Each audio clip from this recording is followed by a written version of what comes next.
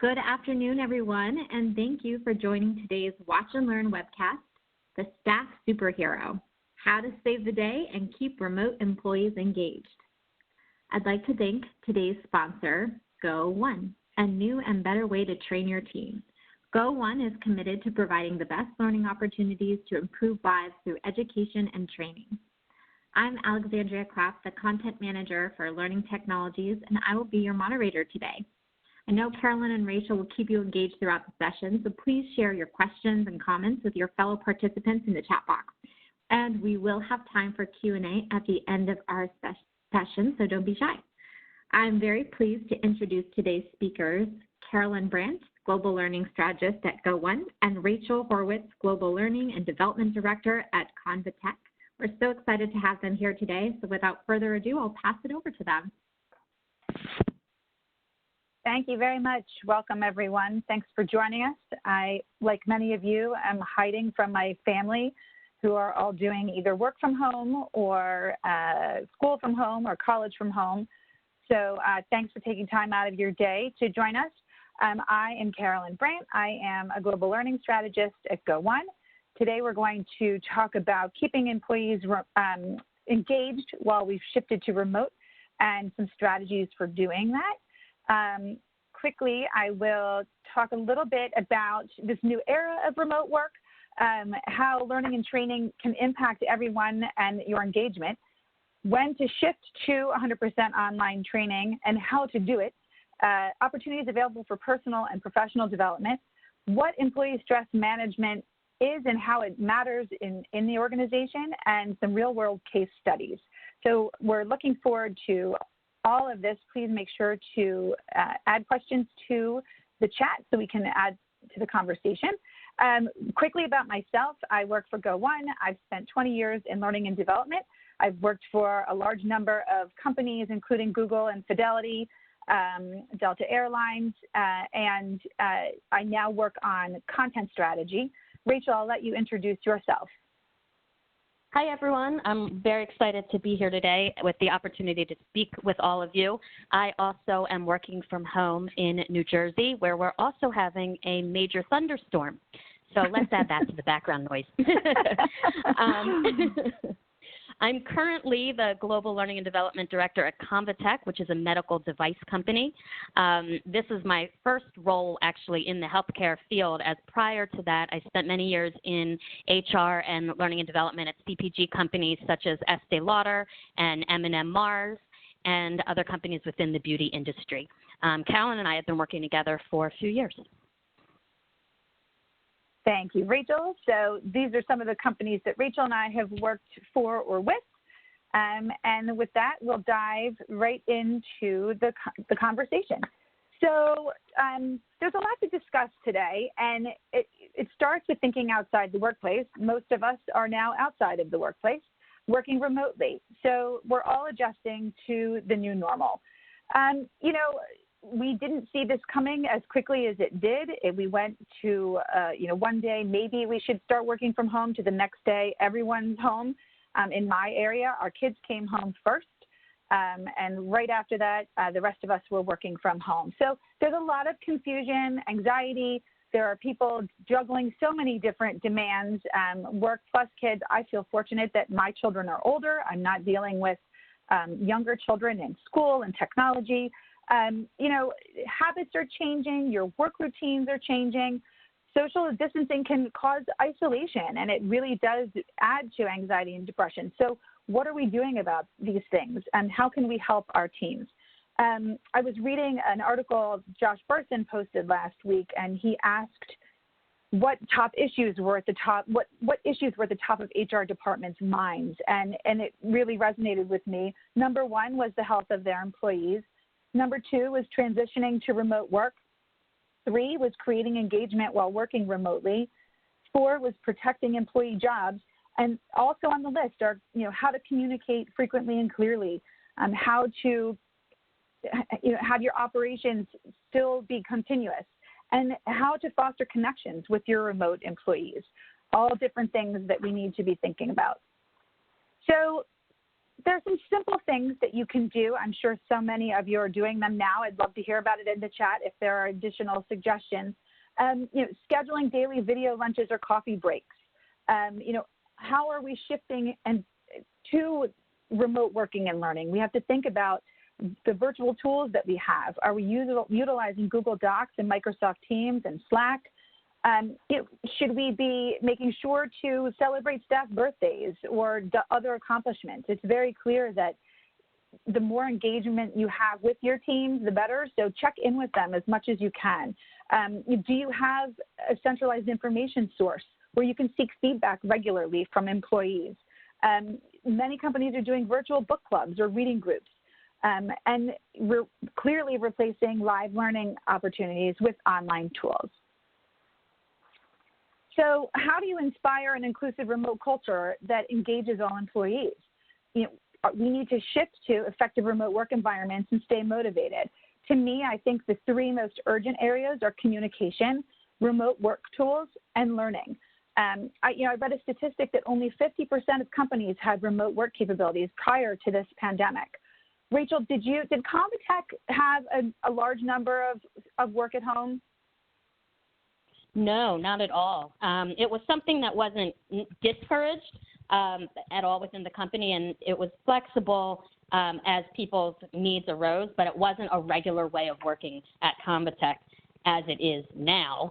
Over the past 6 weeks, it is our only way of working. Yeah, so 50% of companies only had remote work capabilities. That's a large number of people who very quickly had to make a major shift. So we're going to start with a poll. I'd love to hear from you guys. So what are the biggest challenges you face when engaging your remote employees? And it's in the chat. You can answer, and you can select more than one. We'll leave this open for about a minute. So, is it technology? Is it stress, anxiety? Is it productivity or team collaboration? In my organization, the biggest challenge for us has been productivity. We were already collaborative because we had multiple operating units, so we had the tools in place to communicate, but our productivity definitely has shifted, and we just had to start to really hold each other accountable and also work more as a team to move certain things forward when people were getting blocked. So we'll wait just a few more seconds to give other people a chance to answer the poll here, and then it will pop onto the screen. And don't forget to save any questions that you have or suggestions, put them in the chat. I wonder if you can hear the thunder that's going on behind my head right now. Rachel, I think we're under the same cloud. We must be. Okay, so let's get to the results. So definitely technology and stress were tied. Oh, no, it's not true. Productivity was number one. Technology and stress were very close, tied at second, and team collaboration was last. Interesting. So, Rachel, are you finding the same thing in your organization? Do you think productivity is your biggest challenge? Yes, absolutely. I was just reflecting upon this myself. It's interesting because productivity takes on kind of a different meaning when you're working remotely and dealing with some of the immediate crises at hand. The definition and how we measure productivity is different. One of the areas that I find have caused actually a lot of stress and anxiety is how do we define working hours and appropriate working hours to engage employees, knowing that we're a global company and knowing that we are all in different work times.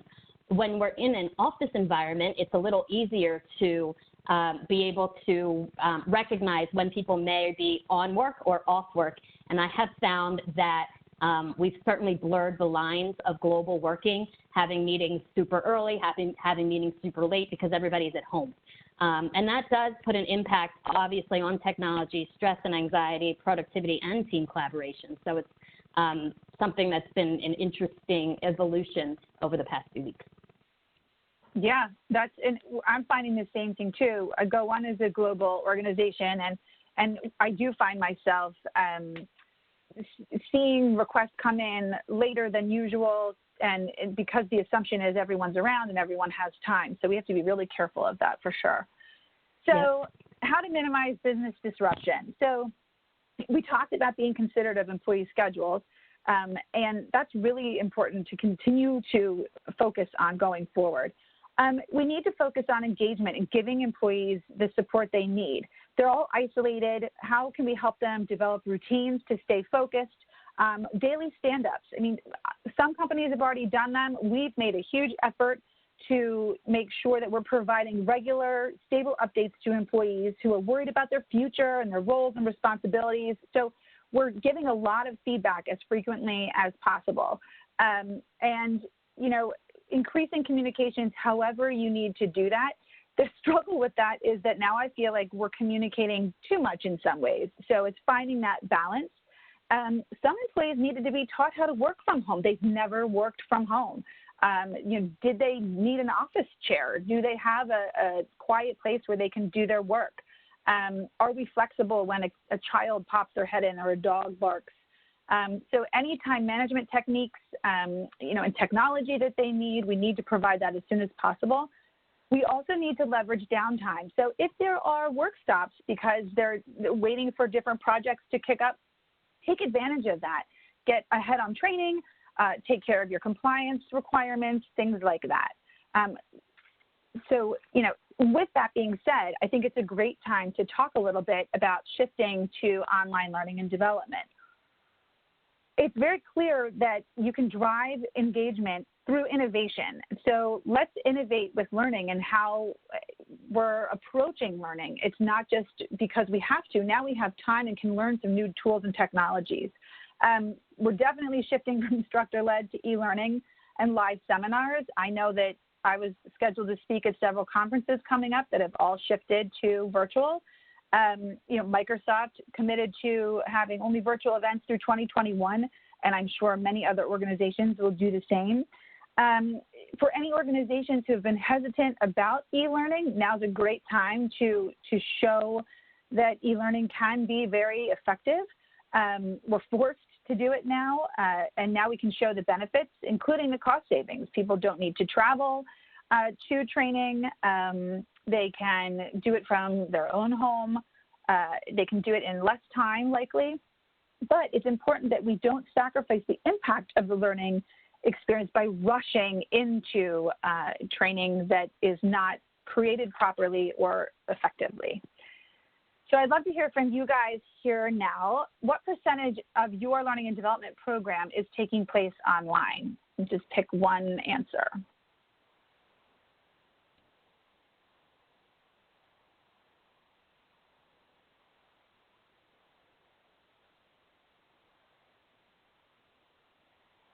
All right, we'll give it a few more seconds to give people a chance. So I'm looking in the chat a little bit about changing mentalities, and I think that's very true. We have to change our mindset.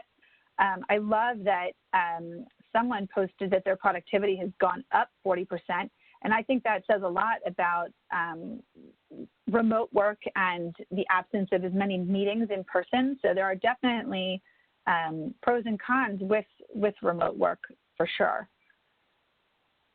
All right, so few more seconds and we will see the results. And if you're answering in the chat, you actually should be answering in the poll itself. So looks like most of your e-learning, most of you say 0 to 24% of your L&D program is online. So you guys are going to be in for a big change. The second place was 75 to 100%. So it's either a small number or a high number that are the top and bottom. Interesting, Rachel. The middle ground is barely anything. Yeah, I wonder what that is an interesting reflection. So Rachel, at Convitech, how much before everyone started working from home, how much of your learning was e-learning? I would be in the A, 0 to 24%. Right, because you were in the beginning stages of an e-learning program, right? Yes. when I was at Mars, we were on like a 4 or 5 year journey towards a significant shift from traditional face-to-face ILT to virtual and e-learning. When I came to Convatec, our definition of e-learning was compliance, and our definition of a virtual classroom was a webinar. So we were certainly at the very beginning of that journey and have quickly pivoted to create much more online learning opportunities than we had before over the past few years, actually. Interesting. And I just saw someone post that, I think Janine, she said that their training has always been majority online, but not many people were taking advantage of it. And now they're finding that a lot of people are using it. And I think that says a lot right now. People are taking advantage of the extra time that they may have to learn something new or take advantage of different trainings that they needed to. Yep, that's interesting. Okay, so let's keep going here. Okay, so there have been some traditional barriers to online learning. Technology is the main one. There are many organizations where people are on an assembly line or in a factory or don't have access to their own devices. So quickly organizations had to make some changes to make sure that they do have access. It can be as simple as a phone or an iPad or a Kindle Fire, but you can actually access training pretty easily. People have thought in the past that face-to-face is better. I think a lot of people, especially those who struggle with technology, feel that way. Now you can still have ILT training, but you can do it virtually. So you can have face-to-face training. It's just via Zoom, which we're all finding is unique. So it's the combination that's happening. Are we taking advantage of workflow shifts to encourage skill building? So we're seeing our teams operating in completely different ways now. So people may need to refresh their skills on different workflows and how to collaborate and different tools and technologies they can take advantage of. We can use learning to help isolated employees and get them to connect with their coworkers into the company. So if people are taking similar courses, there can be discussions around them as well. Another reason to do training now is to stay in compliance. And, compliance rules are not going anywhere, so we can't stop training. Also with conferences canceled or put on hold, it's great to be able to pivot to online learning resources. I've been doing a lot more podcast consumption, I find. I get sick of staring at a screen. I feel like I'm in my chair all day. So I go take a walk and I listen to a podcast. So I'm definitely increasing my learning and I'm so happy to just get out of the house for a few minutes. So I do throw on something interesting to listen to while I take a walk. So upskilling. So, I think a great way to take advantage of this shift to remote work is helping your team upskill. Digital transformation has changed so rapidly. There are new demands for skills. There's a decrease in time to learn those skills up until now. So it's a great time to take advantage of learning to help you change roles or do your roles in a better way. Rachel, are you seeing upskilling topics come up at all, or what types of courses are you noticing consumed right now the most? So we had to shift a lot of our entire annual L&D strategy that we had planned to remote learning, and also to push it out quickly because our employees were home. Our sales force, for example, had more time. Some of our other functions are still working just as hard and heavy as they were before. But so when we've been focusing on upskilling, it has been an opportunity. We've taken advantage of opportunities to upskill our sales force in new ways of, I don't want to say selling, but customer service and customer focus, because it's not a hardcore sell. We've also been focusing on general business skills for all employees and upskilling them in topics such as prioritization, brainstorming, thinking of yourself as an owner mindset, and various skills such as that we had planned to do over the year, but are now accelerating. So we're accelerating the learning, and then what we will be able to do throughout the rest of the year, we'll be focusing on embedding and applying these learnings or these upskillings in different ways. Yeah, that's very interesting. So I'm seeing a couple questions pop up in the chat, and if I missed any, Alexandria is collecting them, and we'll ask them all at the end. So what can be done to help your hands-on learners who are now consuming e-learning? So that's an interesting question, Rachel. When you think about it, people are used to more hands-on experience, and now they're using e-learning. How can we add to that? I feel like one great way is to make sure multiple people are taking similar courses and they are able to practice what they're using together. Yeah, Carolyn, that's such a good idea. That's a really good idea. I mean, luckily, there are a lot of learning technologies out there that can enable different types of learners, whether it is through polling, through quizzing, through some sort of gamification, dare I use that word, to create learning to be as interactive as possible. But to your point, and even for myself, this self-directed e-learning where I'm sitting behind a screen all day is not my favorite type of learning. So as much as possible, it is how do you have a virtual lunch and learn? How do you bring groups and teams together to discuss some of the topics that they are learning, that they may have learned on an e-learning, so that they can really think through it, apply, reflect, and share, and use those different ways of learning to really help change the behavior and build those new skills and capabilities. So there's a lot of ways to do that, even in a remote environment. Yeah, I agree. I feel like it's strength in numbers in a way, so that you at least have someone else who's taking a course that is similar to yours. That's why I think discussion groups are great, building out discussions around or even polls around typical courses that people are taking, so that people can not just take the course, but they're also discussing it or applying it to what they're doing, and they can ask other people, how to apply this to their job. Someone else just asked a great question, except for it just moved. Here it is. So in the current climate, my organization would like to upskill the workforce, but economics is becoming a barrier. Oh, no, it moved again. Sorry. So, how can we minimize costs but still maintain engagement? And I think, it goes on, it adds to what we were just talking about, having people in discussion groups, taking similar courses, collaborating together with training. And also, I mean, luckily, ATD and out in the world, there is, in the public domain, there is so much content and so much opportunity to get really high quality training, either free or low cost. So whether it's with a massive open online course, a MOOC, or whether it's through articles on Harvard Business Review, one thing that we've done is said to teams, hey, every week you're in charge of the topic. Go out, do some research, come back, share it with the team, have a discussion, because the content is out there. Also, I mentioned a minute ago that there's a lot of learning technology available. Take advantage of free 30-day trials.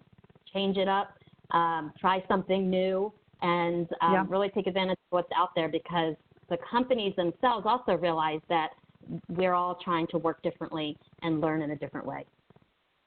Yeah, and I love the idea of what you were saying before. I think it's really, really useful to be sharing all of make them responsible for finding and sourcing the learning content, and then adding to the discussion, or why they found it, or why it's great, or why they liked it. It will help other people to engage with the training more and motivate them to take it as well.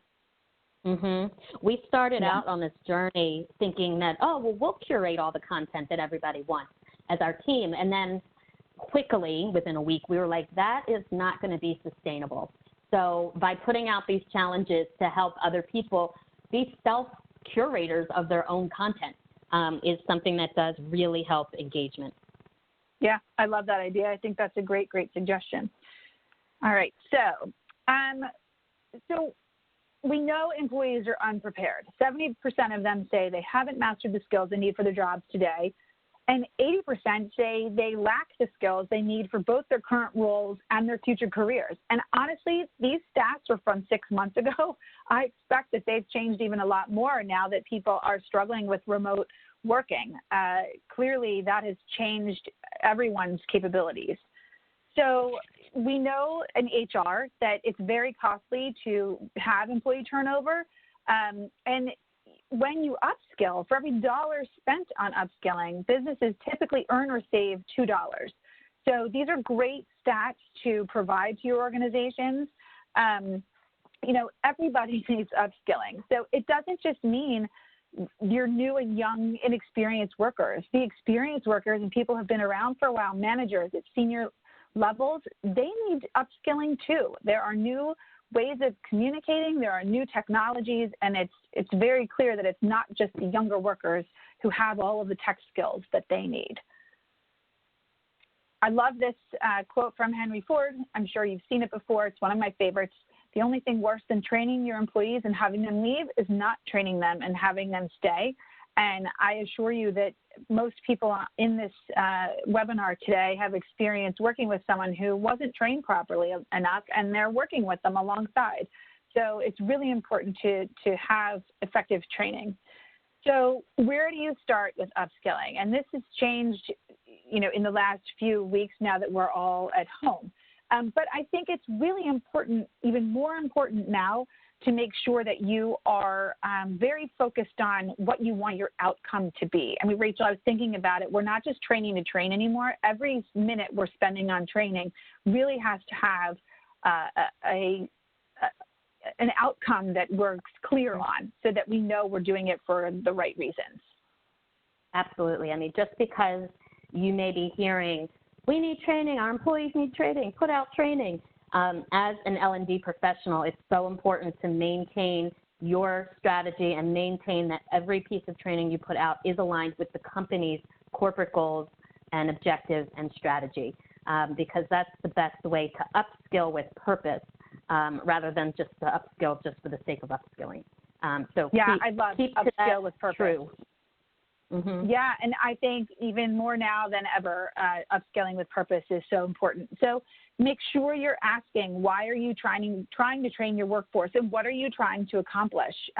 Do you need to segment the population, by role, by operating unit, by desired outcome, and how will you deliver it? Clearly, it's going to be via e-learning, but will you do, a Zoom webinar, or will you have them consume their own e-learning? And then what happens afterwards?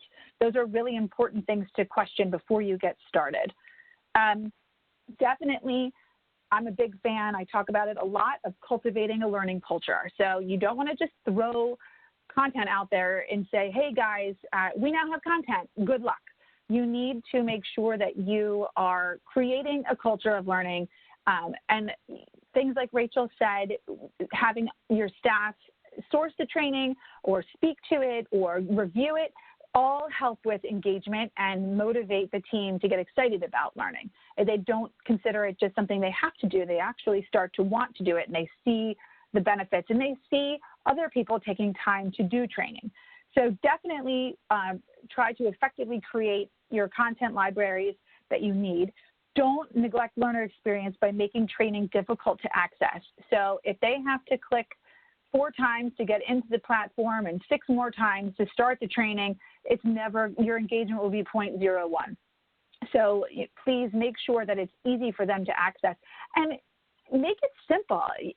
Sometimes the most effective training can be the most simple course, and it doesn't have to be 7 hours. It can be 10 minutes. Don't you think, Rachel? Yes, absolutely. It's obviously the quality, not the quantity of the training, and we've seen a lot of that with many micro-learnings which have come out over the years anyway. So certainly shorter, targeted learning is probably going to be the most effective. Yeah, and don't just throw training at them, offer hands-on experience. So make sure that you're ready with follow-up for after training. Yeah. What will they do next? Because we all know that reinforcement is so crucial, and that also increases your engagement. And time. Time is one of the biggest barriers to learning. we may feel like, oh, we're all home and we have all this extra time, but that's not always the case. People are balancing more than they've ever had to before. So, be very considerate about the time that you're requiring people or offering people to do training. Like Rachel said, it's not quantity, it's quality. So start trying to find and source smaller, shorter, more effective courses, and your staff will be so happy. And you can use this digital environment to collaborate together. Discussions around the training will be very effective. And it's not just, you don't want to teach at people, you want to work together with them. So, it's collaborative training, I think, is really important at this time. So yes, Carol, really quickly, can I just add on to that? Two quick things. Yes. Facilitating virtual training is also a skill in its own that is certainly different than face-to-face. And so some of our great facilitators within our company or even ourselves may not even be comfortable facilitating in a virtual capacity. So even taking some time to upskill virtual facilitation, some quick do's and don'ts. And when Carolyn mentioned about learning easy to access, when you are designing a virtual training experience, and I see a lot of the discussion here is talking about teams and how to do breakouts, again, keep it simple because you don't want to scare our learners away. You don't want to make it too hard for the facilitator to facilitate and for the learners to learn. So don't create virtual classrooms for the sake of engagement that end up losing people. So it's a balance, but virtual facilitation is a skill in itself. Yeah, definitely. And I think L&D is becoming more flexible too on what their requirements are for produced, in quotes, content. It could be as simple as a 2-minute YouTube video. And honestly, people will be refreshed to see them. So it doesn't have to be this high production content. It could be something very simple that can be very effective. So definitely you do is create the curated content libraries that you need to facilitate upskilling. So, 70% of adult learners say that gaining skills and knowledge directly related to the workplace is essential when choosing where to enroll. So you need to make sure that your employees have access to courses that will actually help them in their job now or in the future. So you need to identify your learning channels. Right now, instructor-led is not necessarily possible unless you're doing it via Zoom. Coaching, definitely possible. On-the-job learning and follow-up e-learning, very important. We need to offer that hands-on experience after training. You need to look at your channels. So, what do you have currently and what do you need? You may have more training that you actually realize, so definitely audit your own library. And that could be by asking other departments in your organization, what training do you have that I might not be aware of? Let's start to pull them together.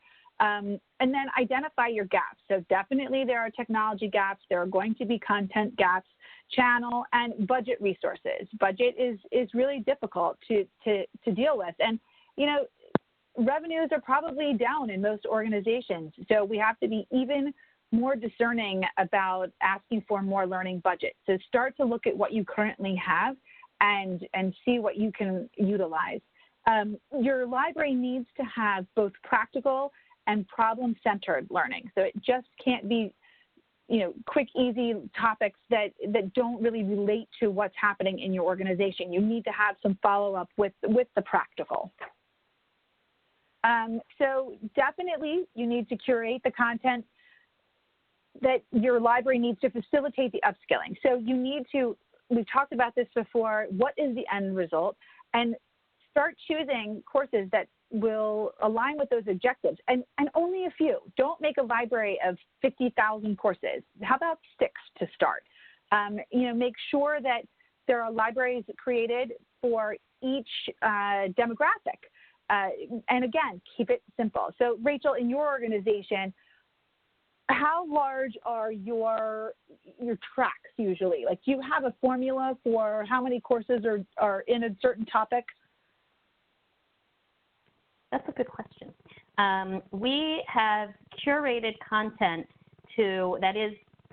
what we did is based on topics, we did like a series of micro-learning.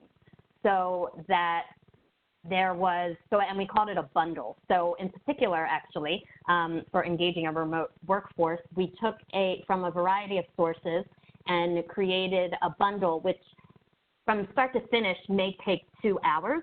But the idea is that somebody could come in and out and consume the content when they needed and when they wanted to and when they needed it. So it was always available, sort of like a toolkit with a series of features of content that could help them on the specific topics. And we've done a bunch of those based, again, on topics that are relevant and important to the organization. Yep. Nope. That makes perfect sense. So like I said, we need to make sure that we're speaking to different types of learners at different stages. We build these small curated content libraries and make sure that it's flexible content. So there may be a combination of, only video or, only audio or different types of hands-on. You want to have different modalities to help all different types of learning preferences and, make sure that you're taking different types of learning into consideration when curating that library. And again, prioritize ease of use. I can't say that enough. It has to be easy to consume. So now that you have your library, you need to run a pilot. So again, make sure you have your goals set and what problem or problems that you are solving. Determine how long you want the pilot to be. There's no rhyme or reason to how long it has to be. If you're trying to get things out quickly, you can find a small testing group and try to get them through it within a few weeks so that you can kick it off to the rest of the organization. You want to have an onboarding plan so that everyone knows how to get started. And really crucially, you need to have a plan to collect feedback, because unless you hear about the experiences that people are having in the pilot, you won't know the changes that you need to make for rolling it out to the rest of the organization. So when you have time to analyze the results, you can make your program even stronger going forward. Definitely do not neglect the learning experience by making training too difficult to access. We talked about this before. I think it's the one thing that will make or break your training experience. So maintain and refine your curated libraries. So make sure you're not just collecting content year after year after year, because very quickly it's old and unusable and wrong probably. So make sure that you are annually checking your content. Make sure you take pre-assessments and surveys. It doesn't have to be difficult. It could be 3 questions, but you want to ask questions. And make sure there are checkpoints to monitor, are you seeing people start and drop off? Are you seeing them get halfway through and quit? So there's a lot of different things you need to look at. If they're not even starting the program, it's probably too difficult to access, or your culture hasn't shifted enough and you need to start generating some hype around the training and making it something that they want to actually access. So real quick, we'll talk about professional development. I want to make sure we leave enough time at the end to discuss your questions. So top professional skills development for remote workers. We know this, communication. We've never had to communicate more effectively in our lives. So make sure that your teams are able to present online and create reports and summaries that can be consumed remotely. A lot of people, we're not in rooms talking as much, so we need to make sure that you're communicating very effectively and that they have training that relates to that. Project management, they may have been doing things a certain way for a while, and odds are that they've had to shift to how they're running projects now. So do they have access to the training they need for the tools they need to work with and stay on track? And leadership. This is when strong leaders come out situations like this. So if people are looking to step up, make sure that they have access to great leadership training. Do you agree with these 3 topics, Rachel? Is there anything else that you would add? Well, those happen to literally be the 3 topics that we've been focusing on. and Carolyn made this, not me. So it resonates really, really, really well. The other thing that I mentioned it earlier is in the communication area, I guess, is customer service. Again, I think for everybody, particularly for our salespeople who are engaging with healthcare practitioners who are not as readily available, it's being in that customer service mindset. And I think even for internal employees, regardless of whatever industry you're in, all of us have an element of service. And it's especially important when you're not face-to-face with the person, that even if you're on video, that thinking with a service mindset, thinking with a service mindset is important. So I might add that particularly in communication. So a question just popped into the chat, and I love it. Are you going to talk about keeping remote learners engaged? And, you know, I've mentioned it throughout a little bit. I think the number one way you can keep your remote learners engaged is by having them collaborate in teams. So having people discuss courses or share what they're taking. You know, some organizations will share like, hey, tell us what you took this week. And I think those are really great conversations to have in the organization. Don't you, Rachel? Yes, absolutely. I think it's, we did talk about that, bringing sure to bring people together for discussion. I also think there's an opportunity to keep remote learners engaged by recognition and accountability. So line managers, that's great. We're on the same boat. Line managers have an opportunity to keep their learners and their teams engaged by various ways. So that's holding them accountable. And even L&D and communications or HR or anybody can recognize some of the remote learners and give them some recognition, praise, whatever it is, for engaging in the learning environment and for even then applying the learning as well. Yeah, I definitely agree. And someone posted, you know, Zoom learning and then breakout rooms. And I think that's when you take learning to the next level. You're not just consuming it, you're able to think about it and discuss and engage with your other team members about it. And I think that takes it in a lot better. So, all right, let's keep going. So personal improvement. So, you know, I think this is a really interesting time to start thinking about other ways of improvement. So if you have extra downtime and you want to keep your employees active and engaged, offer them new skills training, even if it's not related to their current role. It could be something simple and cross-training for a future role that only make your organization stronger. So help them find new skills that they can utilize now and later. And it will really help them boost morale. They get excited about having this opportunity. And there are a lot of topics like stress management. So we know how stressful it is right now. So when you have a library that has topics like this inside, it will really help your employees. So let's talk about mindfulness and wellness and stress content that can help you, whether at home or later in the office. You know, train company leaders on how to cope and manage during a crisis. So, you know, they may be great managers, but they've never managed in a situation like this before. So are there courses that you can provide that will help them manage more effectively? And again, ease of use and convenience. We've talked about this. Complicated is definitely not better. So keep it easy and simple to discover and access. And the forgetting curve. This is one of my favorite things to discuss. If you don't practice what you've learned, you will forget it. So if you look at the stats at the time of learning, if you have not practiced it within a week, you've lost most of it. So even 20 minutes later, you've lost some of it. So the person who suggested Zoom breakouts after Zoom learning, absolutely, it will only help people retain what they're learning. So Rachel, I wanted to spend just a few minutes talking about your latest learning endeavor. so people can understand, because your organization at Computech, when you got there, they did not have e-learning before. So if you could speak to companies who don't have e-learning and are really now for the first time diving in, that would be great.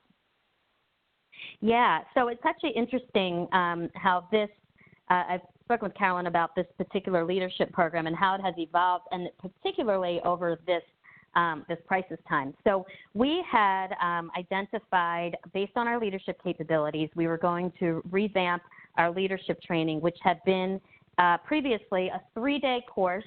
Employees come in, they go for 3 days, there's maybe a little bit of a project afterwards, and then they're on their way. And we realized that wasn't the best way or the most effective way to develop our leaders. And so we were on the path of creating a learning journey of about 9 to 12 months. It was 9 months for a new manager and 12 months for an experienced manager. And it was a combination of curated online learning, bringing employees together for discussions, breakouts, sharing, and discussing either online and offline. And then we were going to bring them together, and we may still at some point, of course, bring them together for face-to-face and then continue the learning as it goes. What we've actually done, because we were at the point where we're ready to launch this, we have shifted a bit in that we've created a cohort of it's sort of a pilot, if you will, of our line managers who are the target audience. And we're bringing them together every other week to review specifically the online content and get feedback as to whether it's been curated, whether it meets the needs, whether it helps to develop capabilities. So we are more intentionally, rather than monthly, we're bringing this group together every other week and giving them assignments in between. And we're sort of accelerating this process for the time being so that we can quickly, again, pilot, get feedback, make changes, and make shifts so that when we are back to different ways of working, we're able to roll this out in earnest. So it's actually been a great shift for us to be able to do that. Oops, sorry, I'm muted. Yeah, no, thank you very much. So again, I think one of the major don'ts is don't just educate. We need to offer hands-on experience. And if you can't do it right now, you can probably get a little innovative right now with how you can offer hands-on, but it may be something that you also need to add to the program when you can all get back together again. So, but please make sure that you are offering practical hands-on experience after training. And back to time is one of the biggest barriers. So if you're talking to managers about the training, you want to just focus on culture, retention, and growth. And I'll distribute these slides so that you guys have them afterwards. But we want to make sure that you are speaking to training all different aspects of the organization, that you are trying to make sure that you're building a learning culture. You want to retain the employees that you have and make them more effective in the roles that they have now and in the future in your organization. And you want to grow your company, both revenue, innovation, and employee professional growth. So, back to offering training unrelated to specific roles. Right now, again, stress and mindfulness training, really, really crucial. Making sure that you are training everyone on collaborative and productivity applications and on time management. Those are my top 3. I have a quick question for you guys. You can put your answers in the chat and I'll call them out. I'd love to hear content that you wish you could be consuming right now that is not mandatory.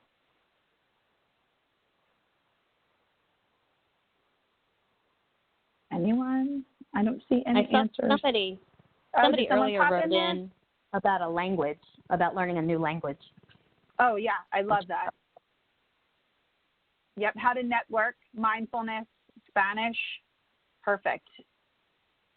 Someone likes 30-day trials. Self-awareness, that's really good. A lot of money. Teams, coding, good. Coding. Yeah, that's great. Functional skills, Excel, communication. Yeah, that's great. Lots of language. Oh, now they're all flying in. Unconscious bias. That's great. So that really ends my formal discussion here today. I just wanted to add one more thing. So learning in the flow of work is a term that I really like that Josh Burson started using. And I think it's important that you are making sure that learning is happening while you work around you. So the practical experience afterwards is really important. I think if you deliver it in work environments where there's conversation around it and engagement, it will definitely add to how it is applied in the organization. So please definitely be mindful of learning in the flow of work. And if you haven't read more about it, I would definitely Google that phrase because Josh talks a lot about it. So key takeaways, we definitely want to increase our one-on-one conversations with our teams, do more stand-ups to continue to increase engagement. It's time to innovate, find new ways of doing things and better. I think the best ideas come out of crises. So I'm looking forward to seeing, I even noticed with my children how they're trying to innovate new ways to make money while they're home. One child is tie-dyeing things and another one is painting doors. And, it's interesting. So I think in the organization, I'm seeing a lot of innovation and I love it. Definitely set schedules for regular conversations with your teams, performance checks, check-ins, surveys, pulse checks, all of it, very important. Great time for upskilling. Pay attention to the libraries that you have right now. Hands-on experience is really imperative, so try to build that into your training and look for different types of training outside of what's required. That will definitely help build a learning culture. So at this point, we'll just, I think we're going to moderate some questions that people have. Awesome. I also Thank have really one quick little comment that happened to come up today within my company is not that we want to exploit our children, but using our children to help learn. A lot of them are pretty tech savvy. We're actually going to be doing some demo videos with showing our children showing how to use Teams, how to use some of the different technologies that we have available. We're going to use our children in the videos to keep it fun and engaging. I love that. That's so creative. And that right there is being innovative and finding new ways to get ideas in front of people. And it'll be so refreshing for them to see someone different and the kids and who wouldn't pay attention to that. So I think that's brilliant. Mm-hmm. Great example. So I was just thinking before I go back to some of the questions and sort of mixing some together, because you were talking about learning in the flow, which taps into that time idea. So giving folks back their time, and then, talking about that personalized content.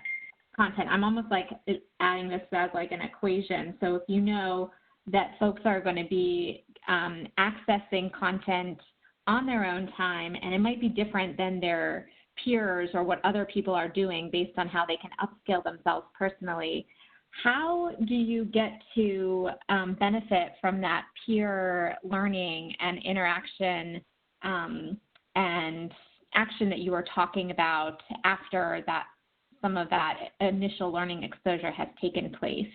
Do you have any recommendations or examples of how that happens, like the rubber meets the road example? Rachel, I'm going to pass that one to you. I bet you have more practical experience with that. Well, I think one specific example that I talked about earlier is we've been doing some upskilling on some basic business skills such as time management or prioritization.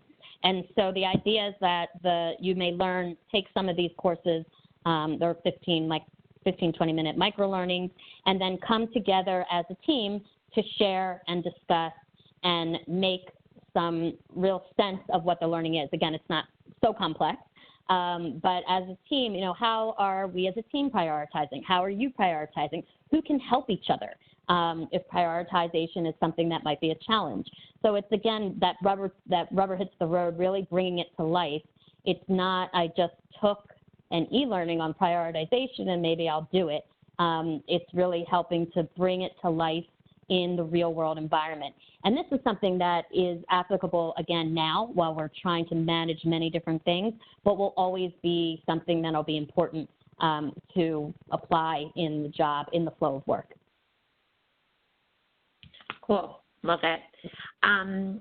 So there's, I guess I loaded a bunch of questions in there, but any recommendations for finding the balance between just enough training and not enough training?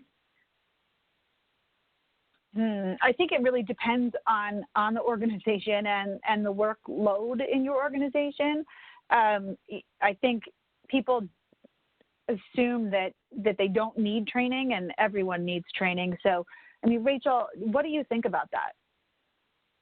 Well, I chuckle a little bit because, as I mentioned at the beginning of this, about 2 months ago, we didn't have a lot of training or online training. So my team quickly ramped up, quickly accelerated it, and pushed out a lot of training. And all of a sudden we're getting, whoa, that is way too much training. Yeah. And so I think it's a couple things. I think it's, again, making sure that the training or learning that you're offering is directly related to your business objectives and goals, so that so that employees and learners can able to see how they can apply it. I think it's also around communication. Carolyn also put out earlier around spacing training. So we went back and we said, hey, yes, we have all this available to you, but you certainly do not need to consume it in 1 8-hour day. Here is a recommended schedule of how you might want to balance your training, and give employees some tools and tips for making the training more consumable for them. And then it's also breaking down the training into depending on what your company is doing, whether it's capabilities, competencies, whether it's just specific topics. But again, helping them to understand how the training is as relatable as possible to the work that they're doing makes it feel like it's not such being thrown at you all at once and you must do it and then apply it all at once. It makes it more manageable. Cool. And someone is asking, maybe someone who's unfamiliar with, how do you get started if you're unfamiliar and it's new territory, creating a remote or online L&D experience?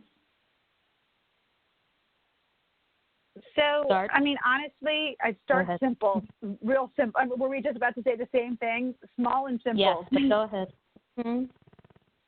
No, that's really all I had to say. I mean, I think start to think of the most important issue that you're having right now, and one goal at a time, and start adding to it. Don't try to fix all needs at the same time. One at a time, and start small. Great. And folks are asking what systems and type of training were you using in your example?